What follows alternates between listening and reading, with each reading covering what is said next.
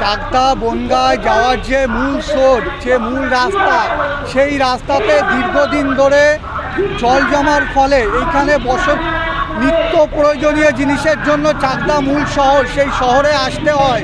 সেই শহরে আসার জন্য মানুষগুলো দুর্ভোগে পড়ে এবং আশেপাশের যে বাড়িগুলো আছে সেই বাড়িগুলো জলে জলারণ্য হচ্ছে এবং আবর্জনায় ভরে যাচ্ছে। মলমূত্র আছে, সেই মলমূত্র এই জলে হচ্ছে, মানুষ রোগ ব্যাধির মধ্যে পড়ছে। তাই এই বামপন্থী দলের 6টা সংগঠন মিলে ছাত্র, যুব, মহিলা,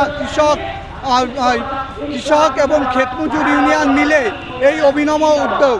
কারণ আমাদের যে প্রশাসন চলছে, রাজ্যের যে প্রশাসন এবং কেন্দ্রের যে এখানকার এমএলএ এমপি আছে, তাদের কানে জল দেওয়ার জন্য আমাদের এই অভিনব উদ্যোগ। কি করলেন? আজকে আমরা কনভেনশনে আমাদের যে বিডিওর কাছে যে জমা দেওয়া সেইগুলো দেবে। আর বিভিন্ন সংগঠনের উদ্যোগে নৌকা চালানো থেকে শুরু করে এরপরে আপনি দেখবেন যে জাল ফেলা হবে, হয়তো জাল ফেললে মাছও পাওয়া যাবে এবং অন্য ফুটবল খেলা থেকে শুরু করে অন্য কর্মসূচি এইখানে হবে। সন্দীপ বিশ্বাস, ডিওএফআই চাকদা পূর্ব 1-এর সভাপতি।